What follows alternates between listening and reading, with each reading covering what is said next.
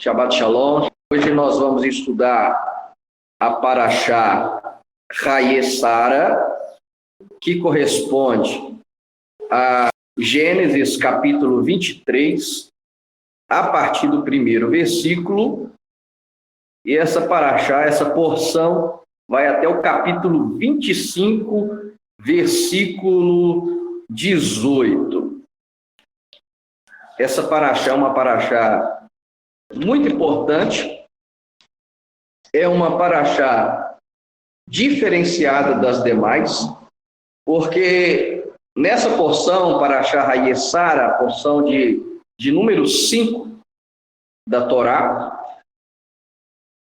essa porção ela vai falar sobre as duas matriarcas de Israel. Vai falar de Sara, ou Sará, e Rívca, ou Rebeca.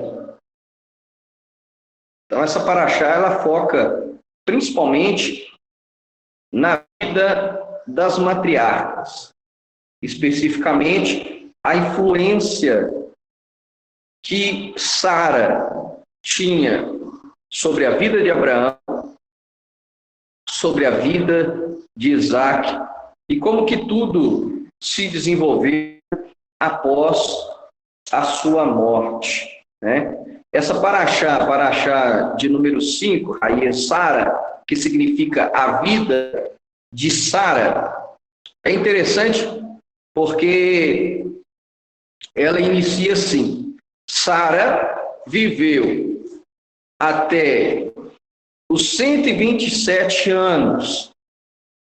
Esses foram os anos da vida de Sara. Ela morreu em Kiriat Arba, também conhecida por Hebron, na terra de Canaã. E Abraão, foi lamentar por causa de Sara e chorar por ela. Então, essa Parashá se chama Sara, a vida de Sara, porém, ela vem nos narrar a morte de Sara. E aí, os rabinos questionam, os sábios de Israel perguntam: como que uma Parashá pode se chamar a vida de Sara e ela vai narrar a morte desta? E aí os sábios de Israel respondem a essa indagação, porque o justo, mesmo após a morte, ele continua a viver. O justo não morre. O justo passa desta para uma outra vida. Ou seja, a morte não é uma interrupção da vida para o justo. Pelo contrário, a verdadeira vida passa a acontecer após a morte. Essa vida que nós temos aqui é só uma antessala para aquilo que está nos esperando, que é a eternidade. Então, esse é o conceito judaico, e não somente judaico, mas esse é o conceito bíblico para nós encararmos a morte e para encararmos a vida após morte, né? Para o ímpio, para aquele que não conhece a Deus, para aquele que não conhece a sua palavra, a morte é um fim. E por isso que o ímpio, aquele que não serve a Deus, não consegue conviver com a morte. Bate um desespero e começa a lamentar, a chorar com a perda de um ente querido. Agora acabou tudo, minha vida acabou, eu não consigo viver mais sem você, o que vai ser de mim? Porque a morte é um baque para aquele que não serve a Deus. Ela é assustadora, porque aquele que não serve a Deus, ele vive a vida e vive como se fosse viver eternamente, como se não houvesse morte, como se não houvesse uma interrupção desta vida. Mas nós sabemos que isso não é verdade. E sabemos que aquilo que nós fazemos aqui vai ecoar por toda a eternidade.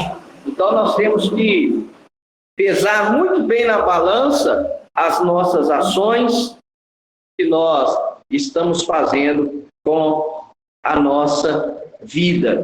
Então, irmão, essa paraxá, ela vai abrir aqui um parênteses, ou o Eterno vai pedir licença para os patriarcas, Abraão e Isaac, e vai introduzir aqui a história das matriarcas, de Sara, que ganha o nome dessa paraxá, e de Rivka, de Rebeca.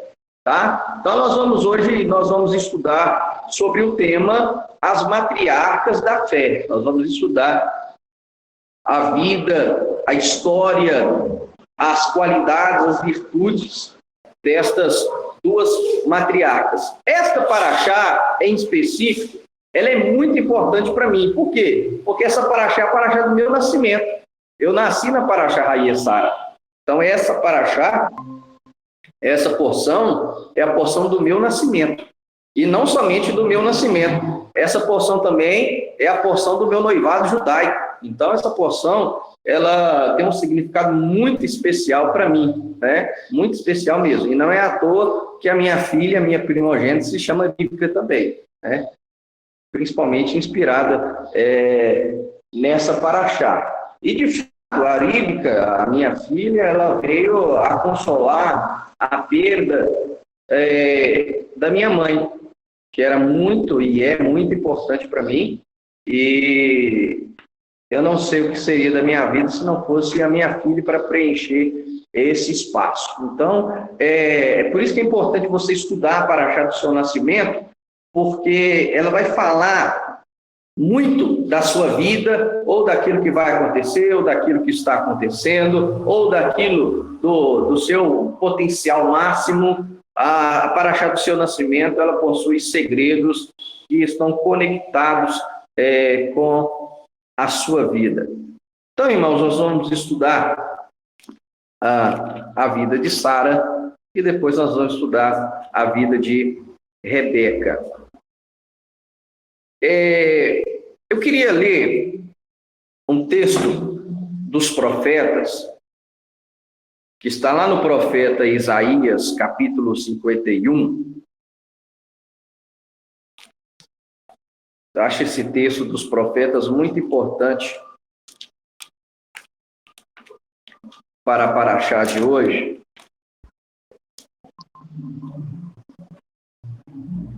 Livro do profeta Isaías, capítulo 51.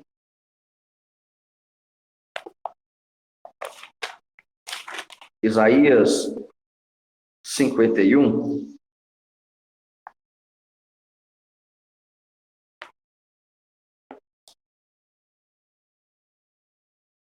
Um capítulo tremendo do livro do profeta Isaías. Isaías 51, a partir do primeiro versículo, diz assim: Ouçam-me, vocês que buscam a justiça, que procuram por Adonai. Considerem a rocha da qual foram cortados, a pedreira de onde foram cavados. Considerem Abraão, seu pai, e Sara, que deu a luz a vocês. Quando o chamei, ele era apenas uma pessoa. Então, o abençoei e fiz dele muitos. Muito bom.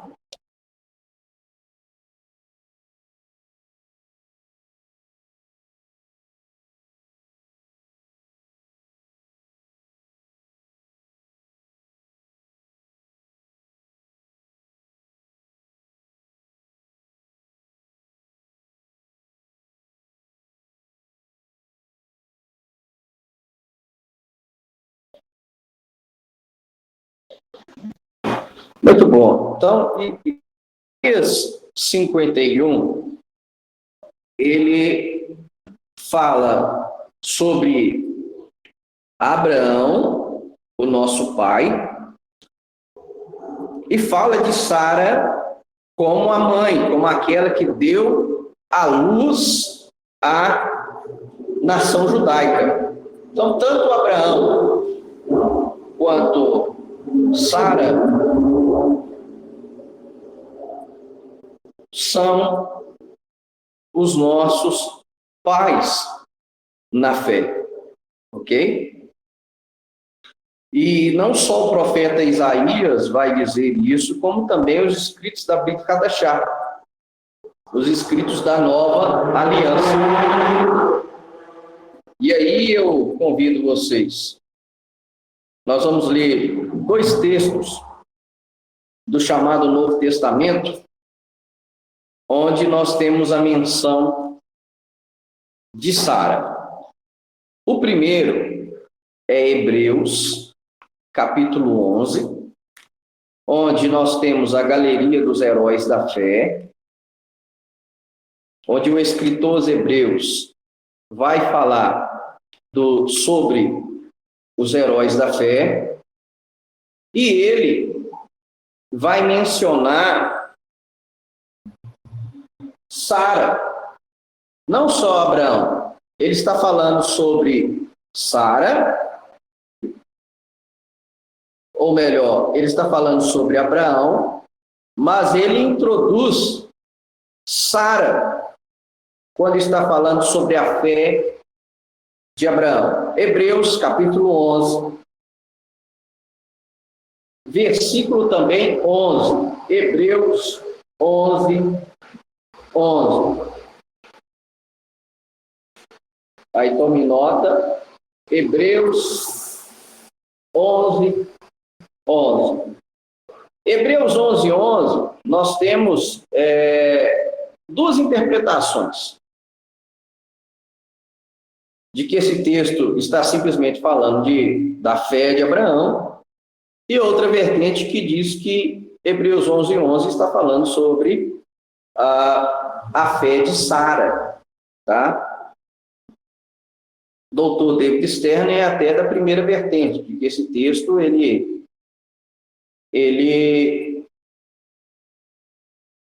tende a falar simplesmente sobre a fé de Abraão, inspirado no teólogo Bruce. O doutor David Stern é mais dessa vertente. Mas eu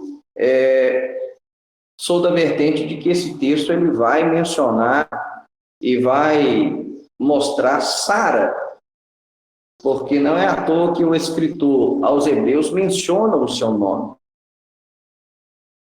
Então vamos lá, Hebreus 11, 11, falando sobre a fé, ele diz, olha, pela confiança, ou seja, pela fé, Abraão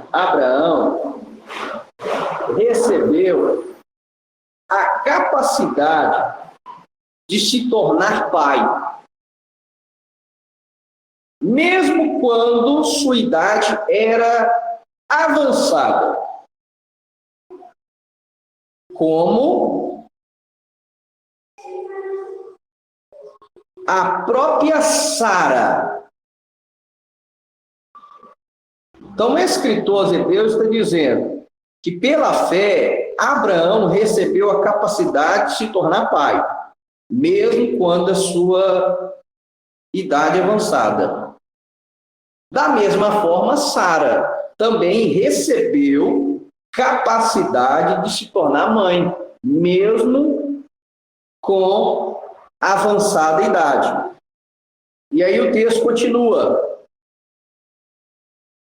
Porque considerou digno de confiança quem lhe fizera a promessa.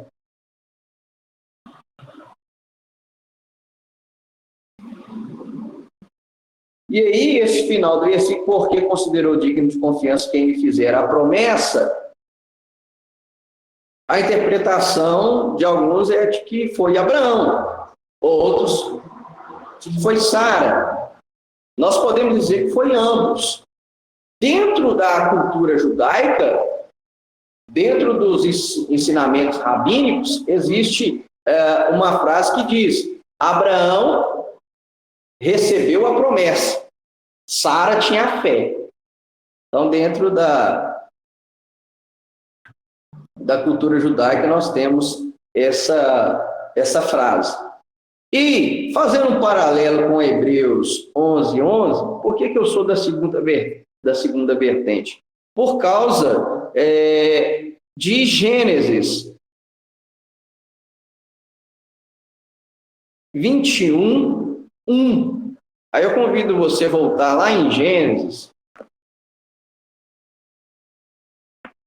capítulo 21, primeiro versículo.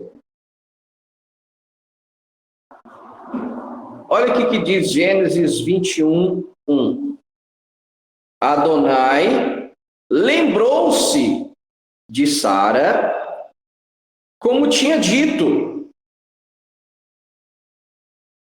E Adonai fez por Sara o que lhe prometeu. Está vendo? Então, o texto aqui, Gênesis 21, ele está focado em Sara, que o Eterno se lembrou de Sara e que o Eterno fez por Sara o que lhe prometeu. E por que será? Porque ela creu na promessa. Sara, aqui é importante mencionar, Sara, ela não pegou carona no chamado de Abraão. Não. Foi um chamado conjunto. Foi um chamado de Abraão, mas foi um chamado dela também. Você vê aí, Isaías 51:2, é mencionado, o Eterno chama a nação de Israel e fala: olha, lembrem de Abraão, pai de vocês, e lembrem de Sara, aquela que deu a luz a vocês. Ou seja, o profeta Isaías, o Eterno, através do profeta Isaías, está exaltando a qualidade dos dois. Então, não foi só uma aliança com Abraão, foi uma aliança também com Sara. Haja vista que em Gênesis capítulo 17, o Eterno, ele não mudou simplesmente o nome de Abraão. Ele também mudou o nome de Sara. E nome fala de caráter na cultura judaica. Nome fala de caráter. Nome fala de aliança. Você vai ver que quando Deus faz uma aliança com alguém, ou ele dá o nome, ou ele muda o nome. Porque nome fala de identidade. Nós já aprendemos isso aqui também. Nome fala de identidade. Aquilo que a pessoa é ou aquilo que a pessoa vai ser. E como nós lemos Hebreus 11:11, essa mudança de nome, eles receberam foi capacidade, poder. Poder de Deus. Para quê? Para serem pais. Como? Já com a idade avançada. Sara tinha 90 anos. Abraão tinha 100 quando Isaac nasceu. Então, esse nascimento aqui foi um nascimento sobrenatural. Foi sobrenatural. Como que um homem de 100 anos, ele pode ainda gerar filhos se não for receber capacidade de Deus? E o texto ali diz que Abraão já estava impossibilitado de fazer isso. O texto sagrado diz que Sara já havia passado o costume das mulheres. Ela já não tinha o seu ciclo mais, já tinha passado. E aí, quando Deus muda o nome de Abrão para Abraão e Sarai para Sara, ele está dando a eles capacidade ou poder para gerarem o filho da promessa, que é Isaac. Para que a aliança de Deus com eles prossiga através de Isaac e não através de Ismael. Então, olha só, Gênesis 17.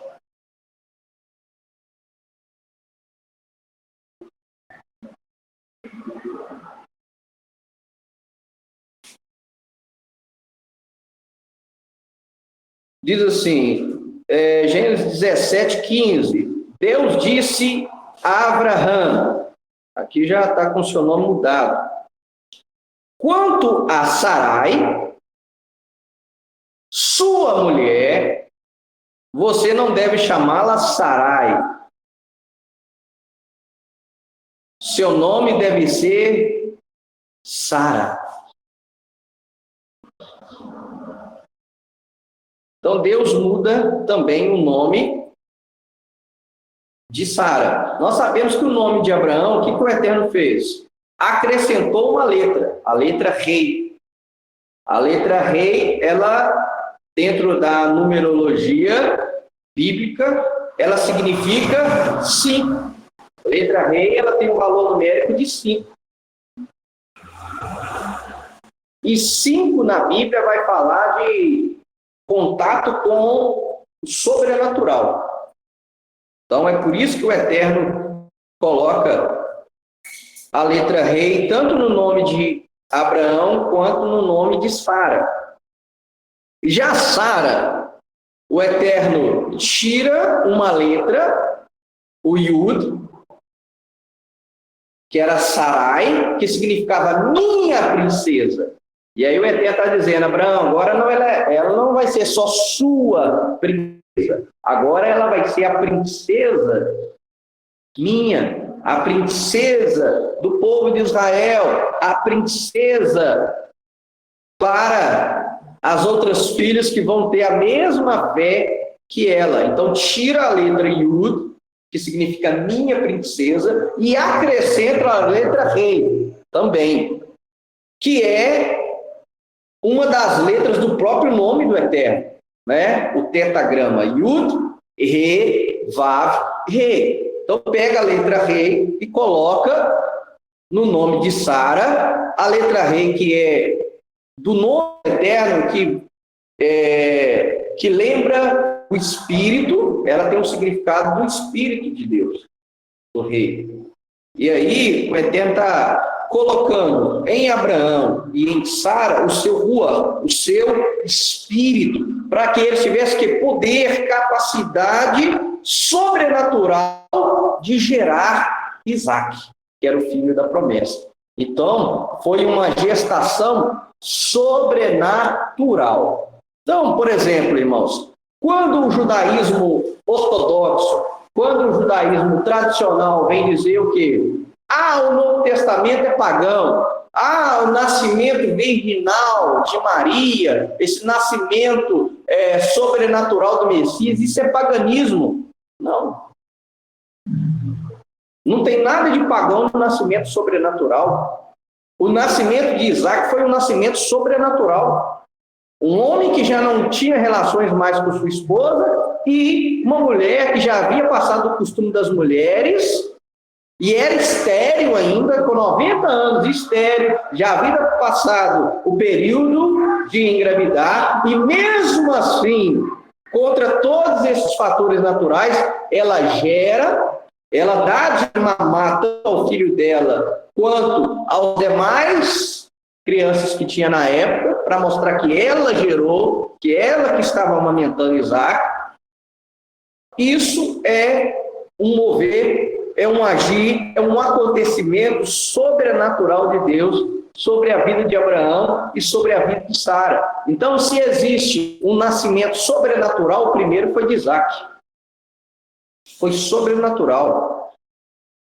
Então, se o nascimento do filho da promessa foi sobrenatural, o que não dizer do nascimento do Messias, o Filho de Deus? Tinha que ser fora do normal, tinha que ser sobrenatural.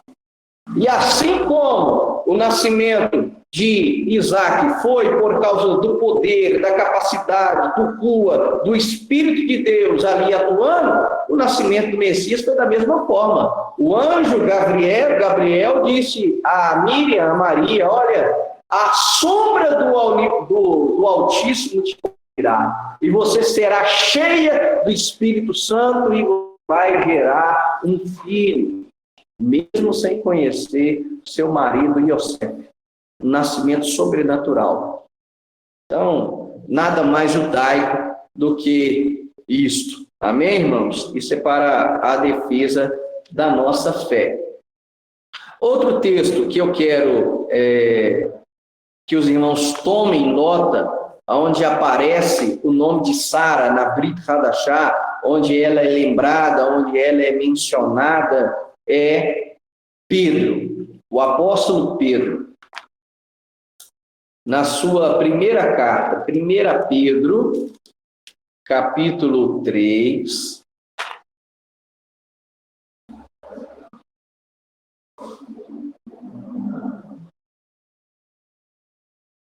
Pedro vai falar da virtude. 1 Pedro, capítulo 3. Pedro vai falar como que você ganha uma pessoa sem pregar para ela, só com as suas atitudes. Pedro está pregando aqui, ensinando, instruindo as mulheres, as irmãs da congregação, da comunidade, a como ganhar o seu marido, sem pregar, só com as atitudes, só com as ações. E de fato, irmãos, as nossas atitudes falam mais do que palavras. O mundo não vai se curvar sobre aquilo que eu prego, o mundo vai se curvar por aquilo que eu demonstro. Então, vamos lá. 1 Pedro, capítulo 3. Pedro vai falar de Sara. Do mesmo modo, mulheres, sujeitem-se cada uma a seu marido, a fim de que, se ele não obedece à palavra, seja ganho por sua conduta, sem você dizer nada, à medida que observa seu comportamento respeitoso e puro. Então Pedro está dizendo, olha, sabe como você vai ganhar o seu marido que não serve ao Senhor? E para nós, sabe como você vai ganhar uma pessoa que você ama muito e que não obedece à palavra, como diz Pedro aqui? Através da sua conduta, através do seu comportamento respeitoso e puro. Somente pelo seu comportamento, pela sua conduta, você está pregando. Tem muita gente que fica preocupada, não, meu Deus, eu não estou pregando para o meu pai, ai meu Deus, eu não estou pregando para minha mãe que não serve ao Senhor, ai eu não estou pregando para os meus irmãos que não servem ao Senhor, não tem problema. O seu comportamento, a sua conduta, fala mais do que palavras. As pessoas conseguem nos ler. Nós somos cartas escritas por Deus, como diz Paulo. A pessoa te lê, sem você falar nada. Ela está aqui de longe e está te observando. Realmente ele mudou. Realmente ela mudou. Realmente, se fosse outro tempo, ele agiria assim, ela agiria assim. De fato, esse Deus que ele está servindo, ou ela está servindo, transformou a vida dele, transformou a vida dela. O comportamento é diferente, a conduta está totalmente diferente. Então você ganha através da conduta, você ganha através do comportamento. Porque tem gente que acha que é na insistência, é no pregar. Ah, para de adorar a imagem. Ah, você não vai na igreja. Ah, você não serve a Deus. Ah, você não faz isso. Ah, você não deixa de fazer aquilo. Ninguém querendo ouvir ladainha. A verdade é essa. As pessoas são muito mais impactadas através da nossa conduta, através do nosso comportamento, do que aquilo que a gente prega para elas, do sermão que a gente passa. Então, transforme as pessoas transformando você primeiro. Deixe o Espírito de Deus atuar na sua vida e te transformar de uma tal forma que você passe a brilhar. E quando você brilha, o seu brilho não pode ser ofuscado por nada, as pessoas vão ver o seu brilho. E é por isso que a palavra de Deus fala, sabe por que eles não querem vir para a luz? Porque as suas obras são más, e quando eles vêm para a luz, fica patente os seus defeitos. Você não precisa pregar sobre o defeito de ninguém, a própria luz mostra para elas, nossa, como que eu estou tão diferente dele, dela. Então, por isso que o Senhor Yeshua diz, vós sois a luz, e deixe a luz brilhar. Então, pregue sem palavras. Tem uma frase, né, de um dos padres, me parece que é de São Francisco de Assis, agora me fugiu o nome, mas em que ele diz, se preciso for, pregue. Ou seja, você não precisa pregar. Se tiver a necessidade de pregar, você prega. Explica a razão da fé, mas não precisa. Ou seja, só o seu comportamento, só a sua conduta, já prega. Você não precisa falar nada. Então vamos continuar. Então Pedro está falando aqui sobre comportamento, sobre conduta, sobre como ganhar alguém que não obedece à palavra. Versículo 3, ele está dizendo para as mulheres, a beleza de vocês não deve consistir em coisas externas, como penteados extravagantes, joias de ouro ou roupas. Então ele diz para as mulheres, olha, a beleza de vocês deve ser interior. A beleza de vocês não deve consistir em coisas externas, como penteado de cabelo, joias, roupas. Versículo 4, em vez disso, devem transparecer, ou seja, deixa brilhar as características internas de seu coração. Olha só, as suas virtudes. Com a qualidade imperecível de um espírito gentil e sereno. Então, Pedro está dizendo para as mulheres, olha, não fica preocupado com a aparência exterior, não. Se preocupa com as suas características internas. Preocupe-se com as suas virtudes. Isso é de fato verdade, irmãos. Quantas das vezes você vê uma mulher que esteticamente ela é linda, bonita, parece uma modelo.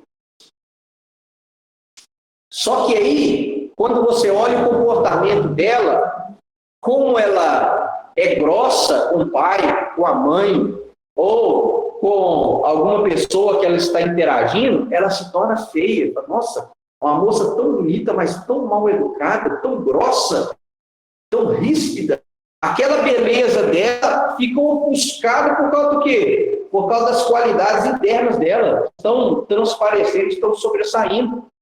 Do que adianta? Ah, mas ela é linda, ela é bela, mas o interior dela não é. É impossível de você conviver com uma pessoa assim.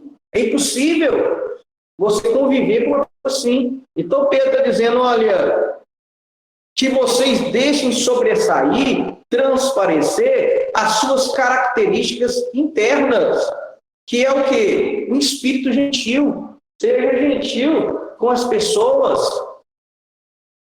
Seja serena. E aí, pode ser que você nem seja tão bonito esteticamente aos olhos do mundo, mas pelo fato de você ser gentil, serena, nossa, que moça gentil, A beleza interior atrai as pessoas. E, de fato, o que deve sobressair, o que deve ser observado, são as virtudes, as características internas e não externas.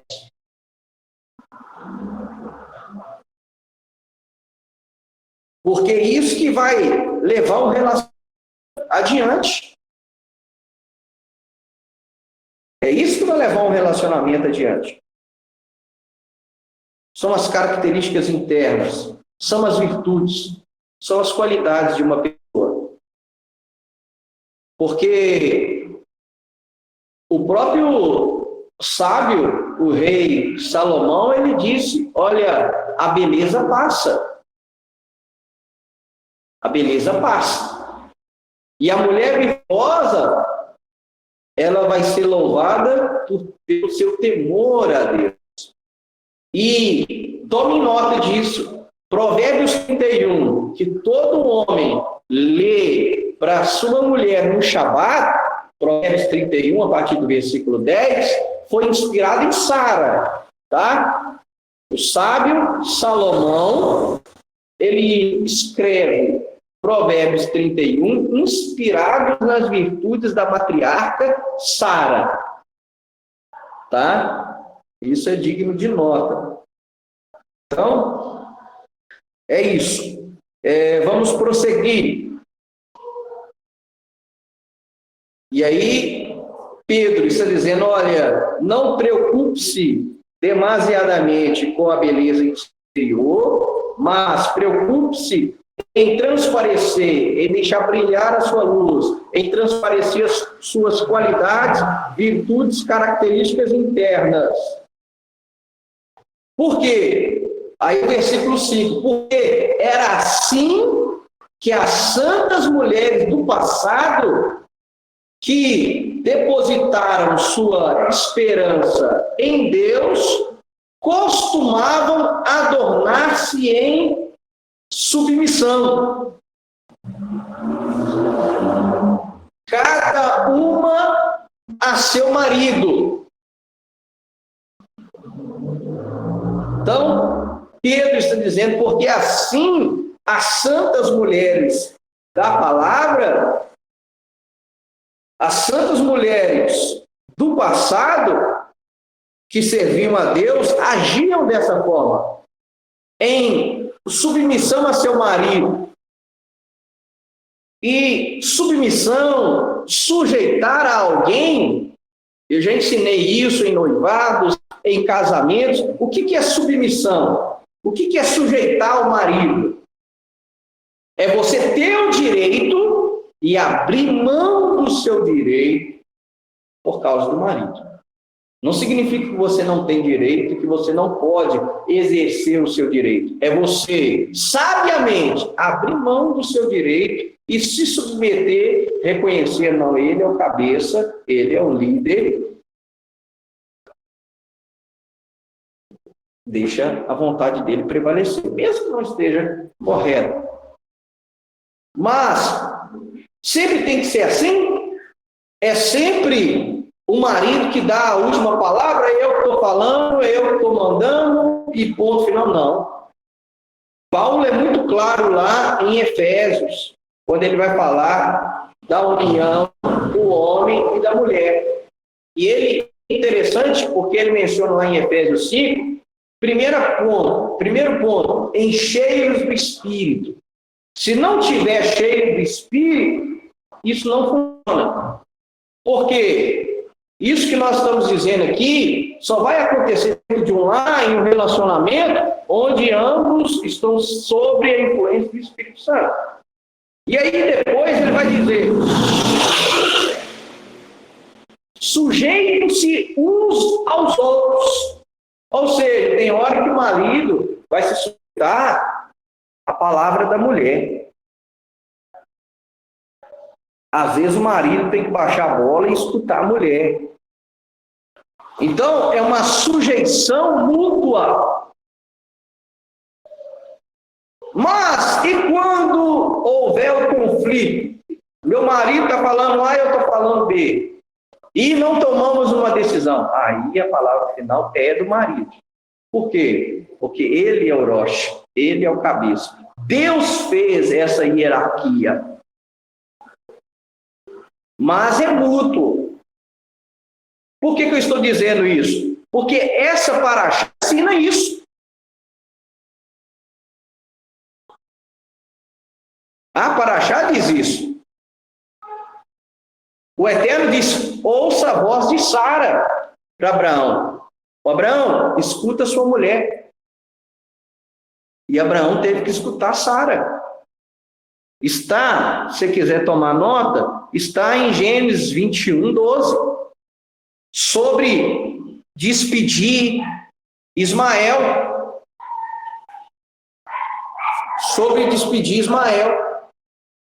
Abraão ficou muito triste quando Sara falou, olha, esse menino não vai herdar junto com o meu, não. Pode despedir, pode mandar embora a Agar, a essa mulher e o filho dela, porque ela não vai herdar com meu filho Isaque. E Abraão ficou muito triste, porque ele era pai, de verdade. E aí o Eterno disse para ele, ouça a voz de Sara. Ouça a voz de Sara. Então, vou abrir um parêntese aqui e vou ler para vocês Gênesis 21.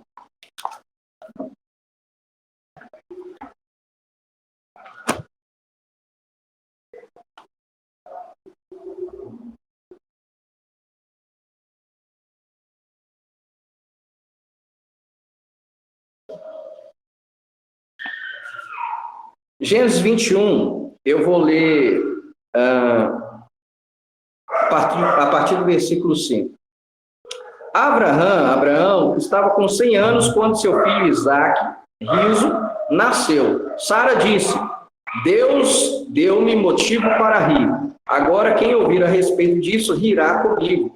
E ela disse, quem teria dito a Abraão que Sara amamentaria um filho? Entretanto, dei-lhe um filho mesmo com sua idade avançada.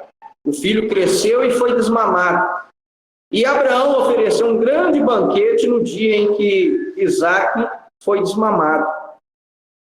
Olha o versículo 9, ele é muito importante. Sara, porém, viu o filho de Agar, a egípcia, a quem Agar dera a luz para Abraão, zombando de Isaque. E aí, esse versículo 9 vão ter algumas interpretações. Uns vai dizer zombando, tem outra versão que vai dizer, eu até anotei aqui, divertindo-se. Brincava? Estava aí? Esse brincar, esse divertir, ou esse zombar, o que diz a tradição judaica?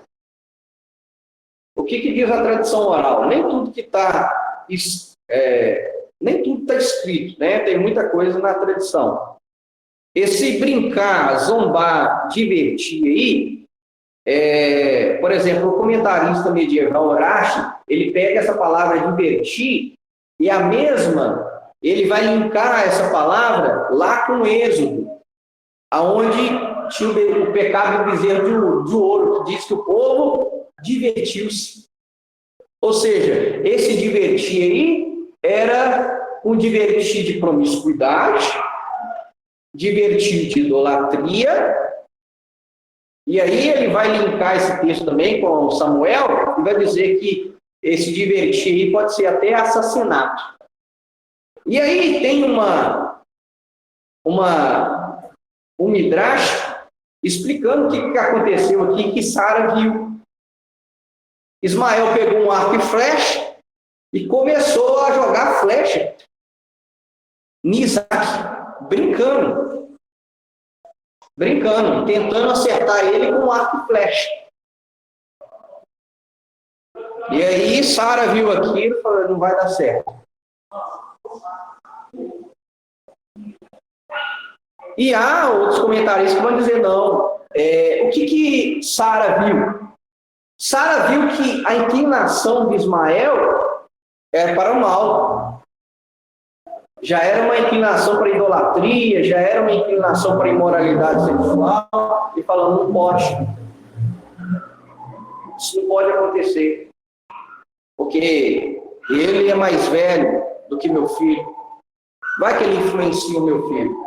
E aí, o texto diz, então Sara disse a Abraão, livre-se dessa escrava e de seu filho. Não permitirei que o filho dela seja seu herdeiro com o meu filho Isaque.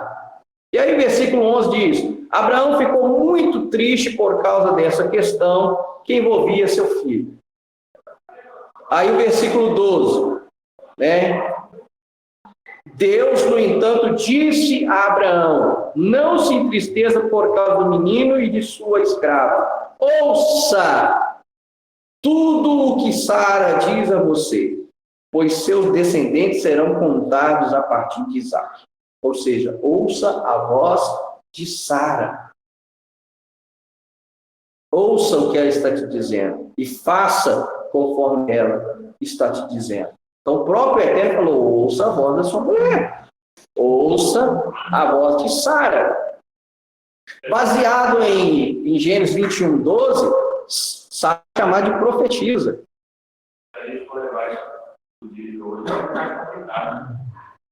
Em que sentido? Boa essa colocação. Pense. Se coloca no lugar de Abraão. Não vai herdar junto com o nosso filho. Então aí você vê por que Abraão ficou triste. E por que o próprio Deus teve que entrar no meio e falar, pode ouvir. Eu vou cuidar dos outros, mas pode ouvir. Vai ser assim. Então não é tão simples quanto parece, né? Não é tão simples quanto se parece. Baseado nesse versículo aí de Gênesis 21, 12, é que Sara é chamada de profetisa. Uma das 7 profetisas, mulheres da Bíblia. Tá? É interessante pontuar isso aqui. Então, Abraão teve que ouvir a voz de Sara. Então, vamos voltar lá para 1 Pedro 3, para eu fechar o parênteses aqui.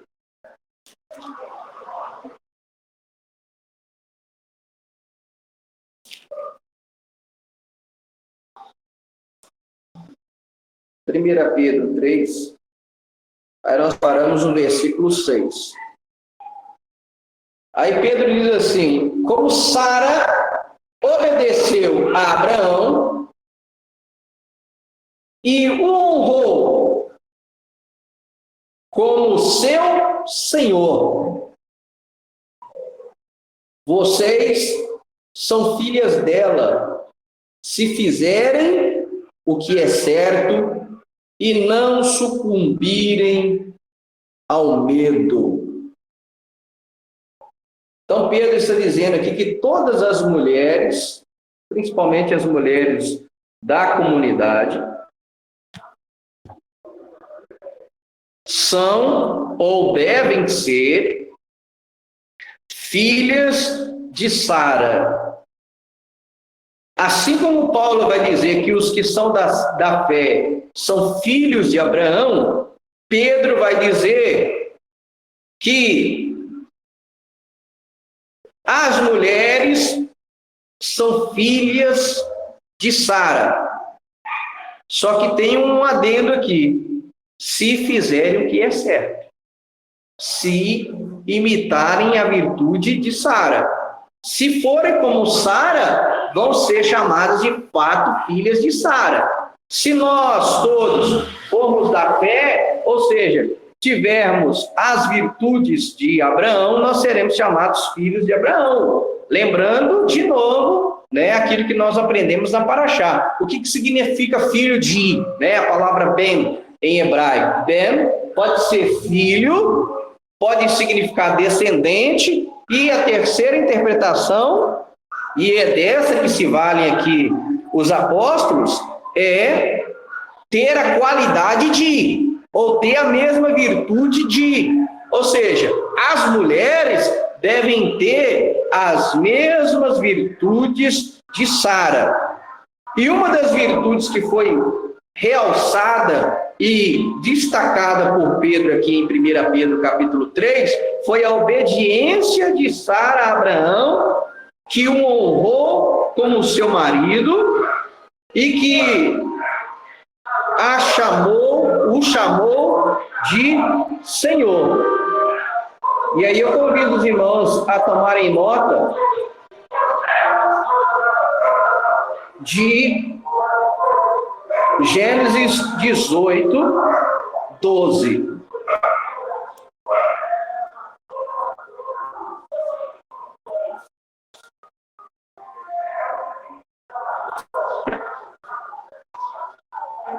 Então Pedro disse que Sara honrou o seu a ponto de chamar. Mas quando que foi isso?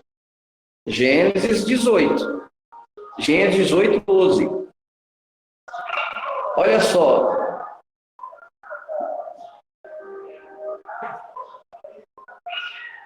Por isso, Sara riu consigo ao pensar: sou velha e meu senhor é idoso.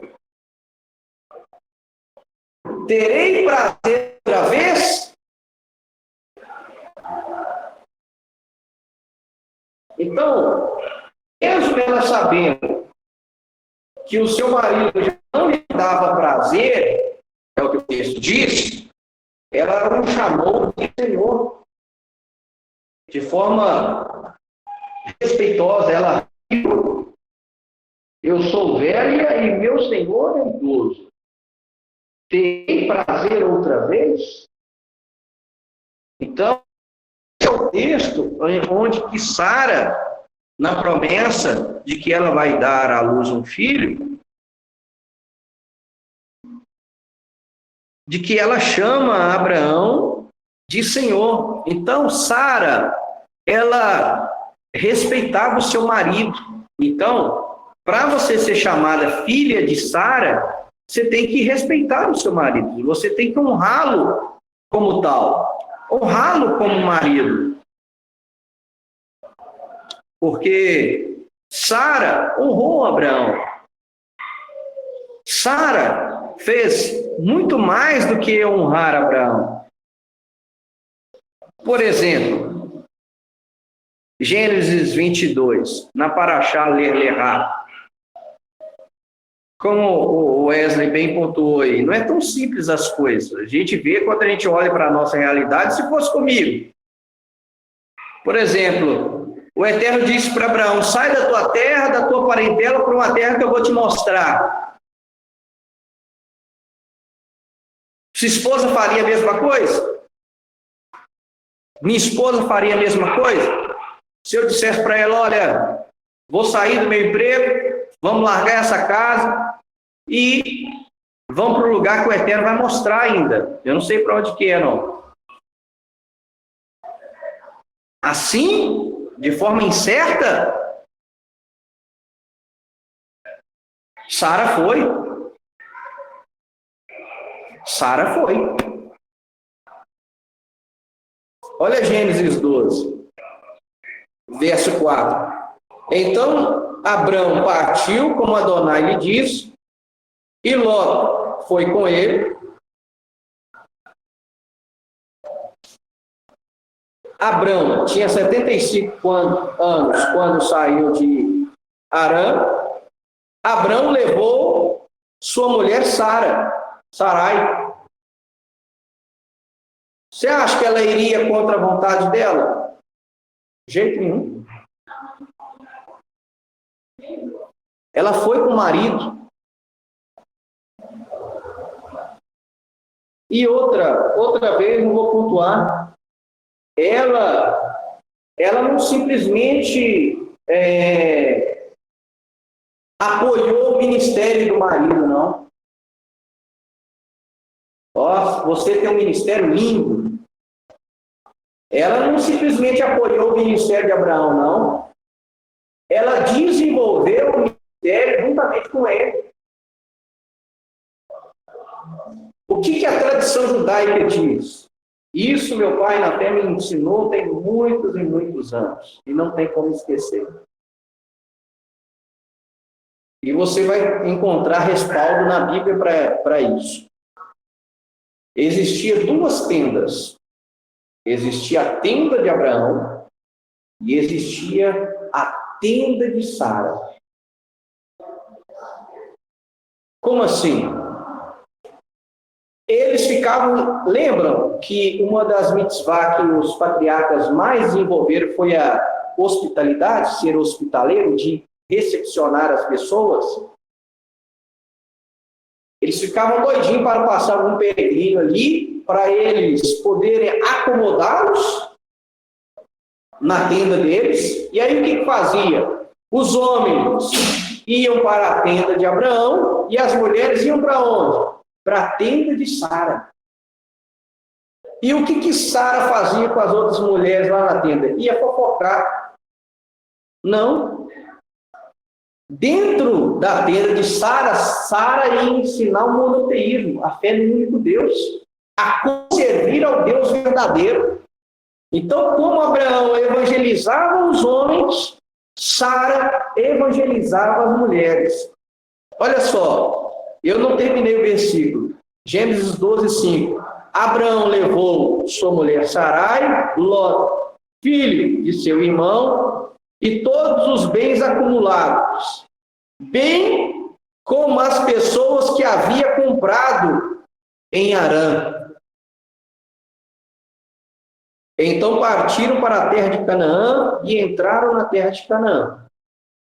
Essas pessoas aqui, a tradição judaica vai dizer que ele não comprou simplesmente com dinheiro, eram escravos, eram servos, não. Esse comprar aqui no sentido de adquirir, era que eles evangelizaram e conseguiram conquistar essas pessoas, ensinar para elas a fé monoteísta, a fé no único Deus verdadeiro. Aonde que nós temos menção da tenda de Sara? Gênesis 18. Quando eles receberam aqueles 3 seres lá, os 2 anjos e o representante do Eterno.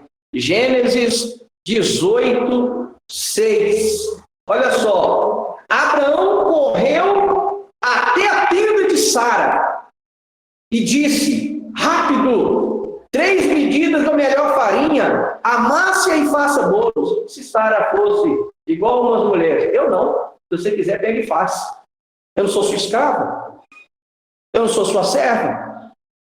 Os hóspedes são seus, não meus. Pensa. Se ela fosse assim. Pelo contrário, não. Ela foi e fez conforme Abraão havia dito para ela. Ela não questionou o que é isso, meu filho. O melhor é para nós. O melhor para nós vai dar nossa farinha, nossa melhor farinha para esses hóspedes aí que você nem sabe quem são, nem de onde vêm, nem para onde vão. Não, ela não questiona, ela não murmura, ela não bate de frente. Ela faz. Ele corre até a tenda de Sara. E ela vai e faz. Ou seja, era um casal com o mesmo propósito, com o mesmo ministério. É por isso que Abraão é chamado pai da fé. E é por isso que Sara é chamada mãe da fé. A nossa mãe da fé não é Maria, mãe de Jesus. Não é Maria, rainha dos céus. A nossa mãe da fé é Sara, é Rebeca, é as matriarcas. Se o povo de Israel existe, é por causa das mulheres justas, de todas as épocas. Existe até uma frase judaica que é dita, em homenagem às mulheres. Deixa eu ver se eu acho ela aqui.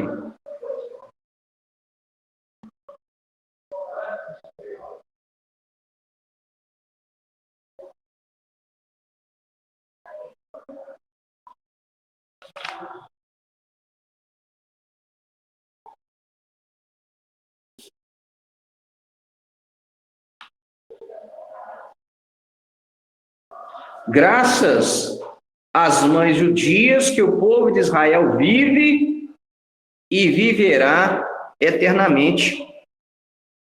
E nós vemos isso aí durante os anais da história. Por exemplo, nós estamos tendo a exposição do Museu da História da Inquisição aqui em Mariana, na nossa cidade.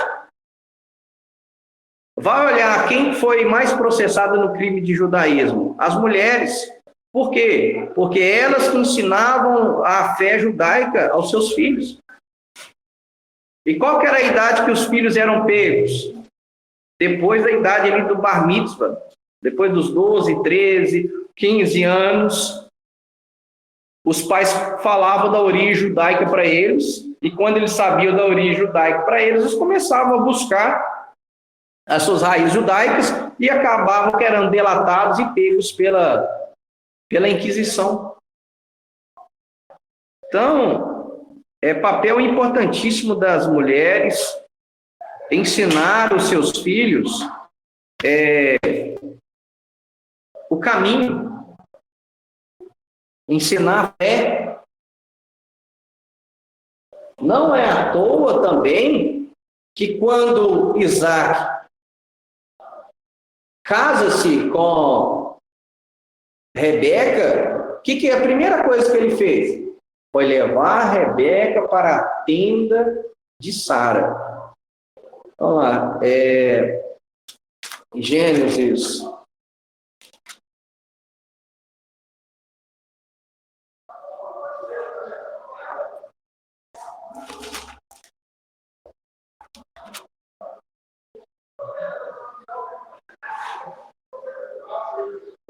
Gênesis 24, último versículo 67. Então Isaac levou-a à tenda de Sara, sua mãe. E Rivca, Rebeca, tornou-se sua mulher. E ele a amou. Assim, Isaac foi consolado pela perda de sua mãe. Então, o que ele faz? Ele leva a sua esposa à tenda de Sara. Ou seja, essa mulher aqui vai ser a continuadora desse ministério. Rebeca não foi qualquer uma. Ela, para ser escolhida, o seu caráter foi testado. Eliezer, o servo de Abraão, testou o caráter dela para ver se ela era digna de dar continuidade a esse ministério. Então, a primeira coisa que Isaac foi levar ela até a tenda de Sara. Ou seja, você que vai dar continuidade nesse chamado e nesse ministério de ensinar a fé monoteísta, a fé no único Deus, a fé no Deus de Israel, a fé no Deus Criador dos céus e da terra. Então, irmãos, Sara não era qualquer uma. Sara definitivamente não era qualquer uma. Tanto que por causa dos méritos dela, que o Eterno feriu Faraó, rei do Egito, e feriu Abimeleque, rei de Gerar. Se você quiser tomar a nota aí, Gênesis 12, 17 e Gênesis 20, 18. Quando eles vão para o Egito e Sara é sequestrada, e quando eles vão para a região de Gerar ali, e Sara de novo é sequestrada para o rei Abimeleque, pelos de Sara. Você acha que Sara era qualquer uma? Olha só, Gênesis 12, 17. Olha os méritos dessa mulher. Contudo, Adonai infligiu graves pragas ao faraó e à sua casa por causa de Sarai, mulher de Abrão. Então, o Eterno infligiu graves pragas ao faraó por causa de Sara. Você acha que se ela não tivesse méritos? Quantas histórias nós temos na Bíblia de tragédias que aconteceram? Por exemplo, a única filha de Jacó. O que aconteceu com ela? Estrupada. Sara poderia ter sido estrupada, ela já foi sequestrada. Mas ela tinha tanto mérito que o Eterno falou: essa aí ninguém toca. Então, por causa dos méritos dela. Outra, capítulo 20, versículo 18.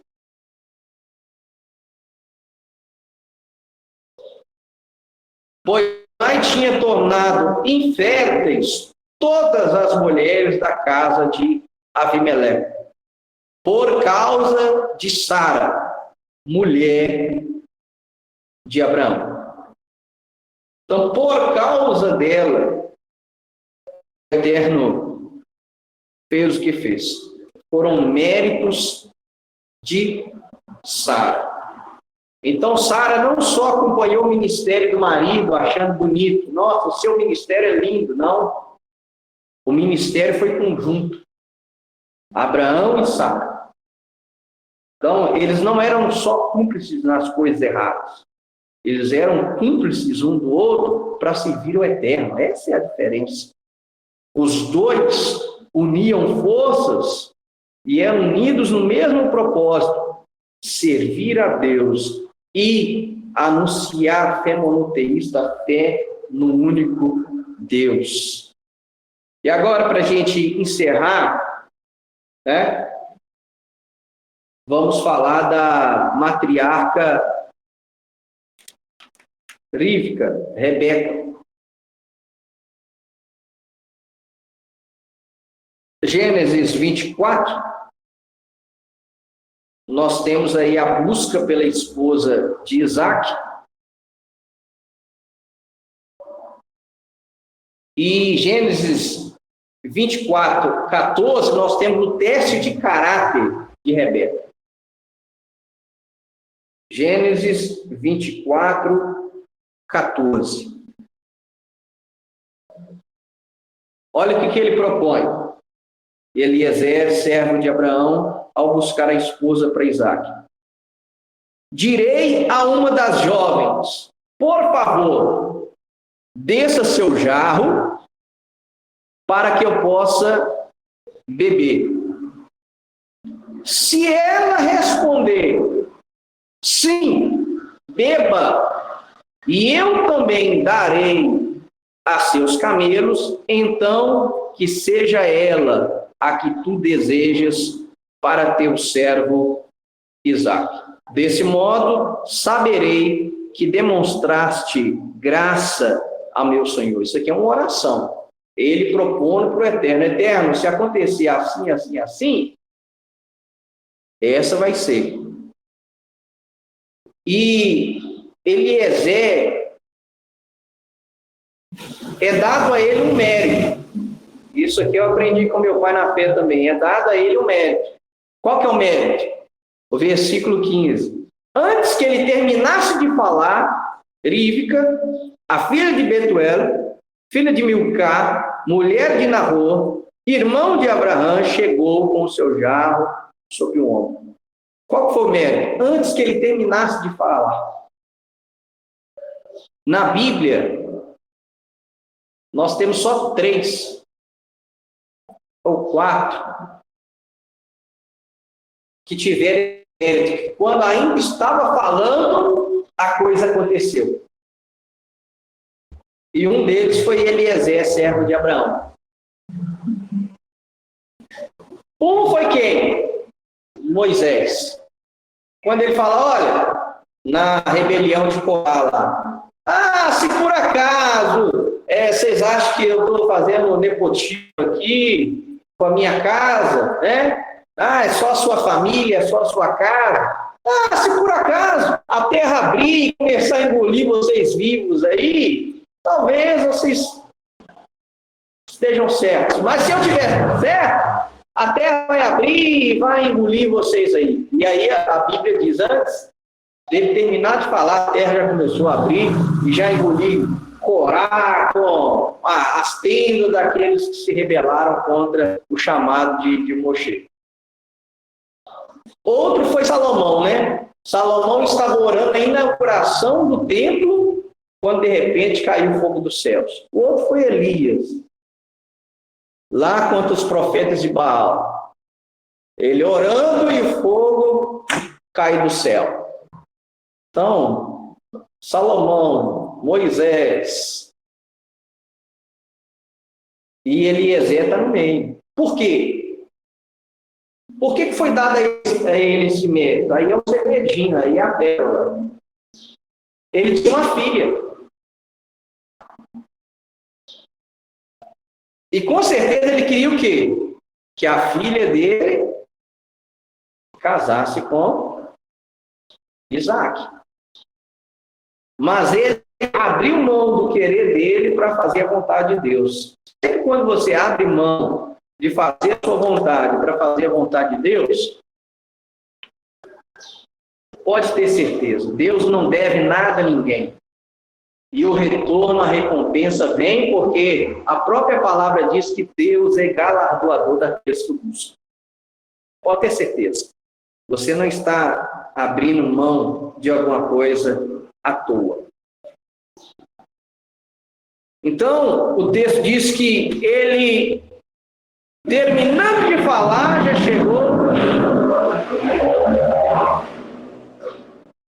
chegou Rebeca com o seu cântaro, né, com o seu jarro no ombro. E aí, o texto diz, a jovem era muito bonita, uma virgem que jamais mantivera relações sexuais com nenhum homem. Ela desceu à fonte e encheu o jarro e subiu. O servo correu ao encontro dela e disse, por favor, dê-me um gole de água de seu jarro para beber. Versículo 18. Beba, meu senhor. Ela respondeu. E de imediato abaixou o jarro até o braço e o deixou beber.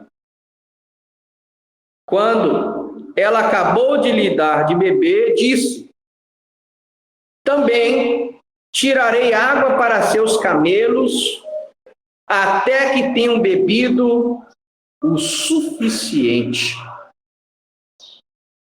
Você está louco isso aqui? Ela se propôs a dar água de beber para os camelos e beber até ele ficar suficiente. Sabe o que significa isso aqui? 940 litros de água, aproximadamente. Quase uma caixa d'água de 1.000 litros. Que ela...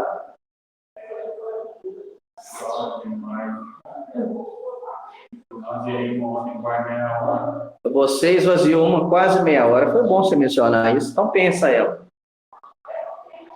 Isso aqui é a matriarca.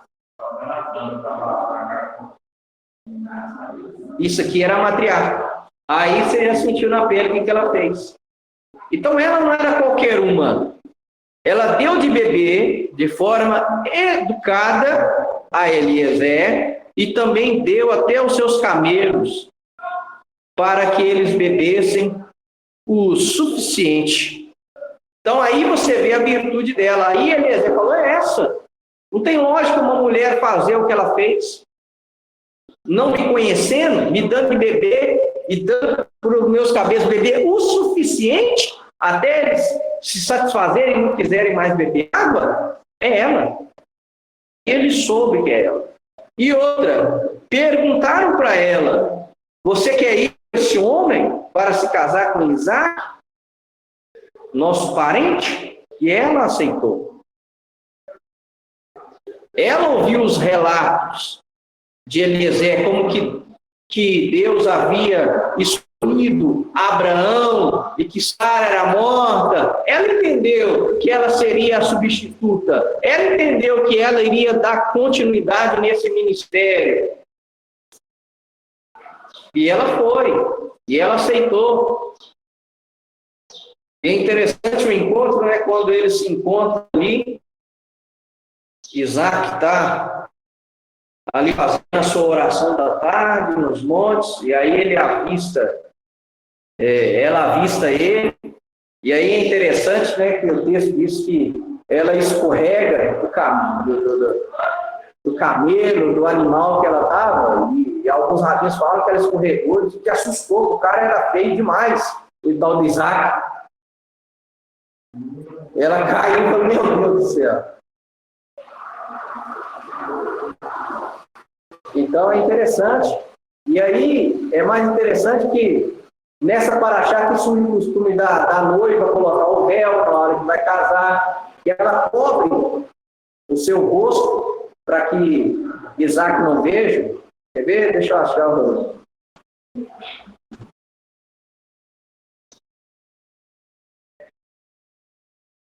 Ver se eu marquei aqui.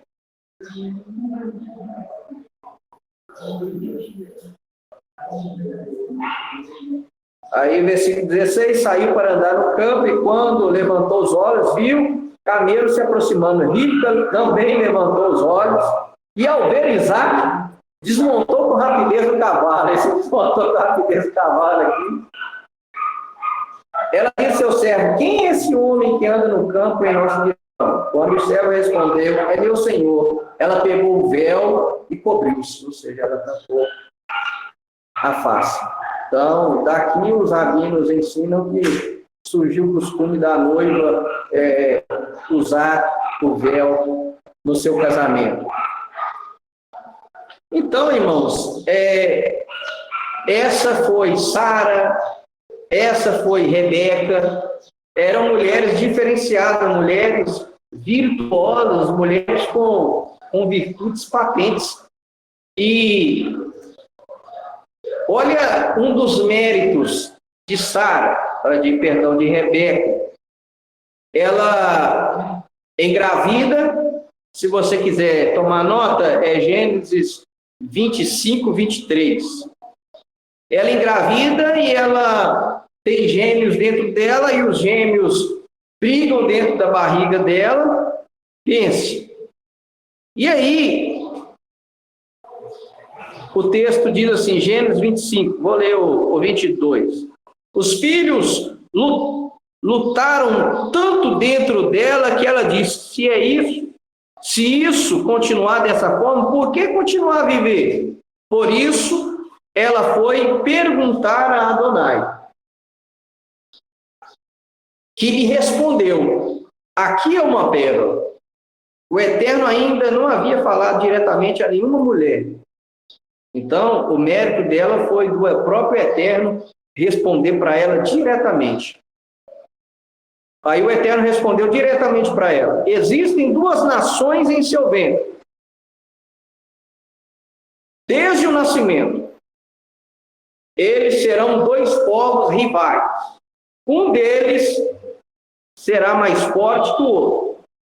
E o mais velho servirá ao mais novo. Então, para você ver, é Rebeca que recebe a revelação sobre os filhos. Quem serviria a quem? Que eles seriam dois povos, que eles seriam rivais desde o nascimento. Então, ela que recebe essa revelação. E ela recebe diretamente do Eterno, um mérito que nenhuma mulher havia recebido até então. Então, você vê os méritos das matriarcas, tanto de Sara quanto de Rebeca. Amém? Então, essa paraxá, irmãos, é uma paraxá onde o Eterno, como eu disse, ele pede licença para falar dessas duas mulheres, dessas duas matriarcas. Tanto que essa paraxá ela ganha o nome mulher, né? Salvo engano, é a única paraxá que tem o nome de uma mulher, que é Sara. Amém? Então, irmãos, esse é o nosso estudo da paraxá desta manhã, que nós possamos copiar, né?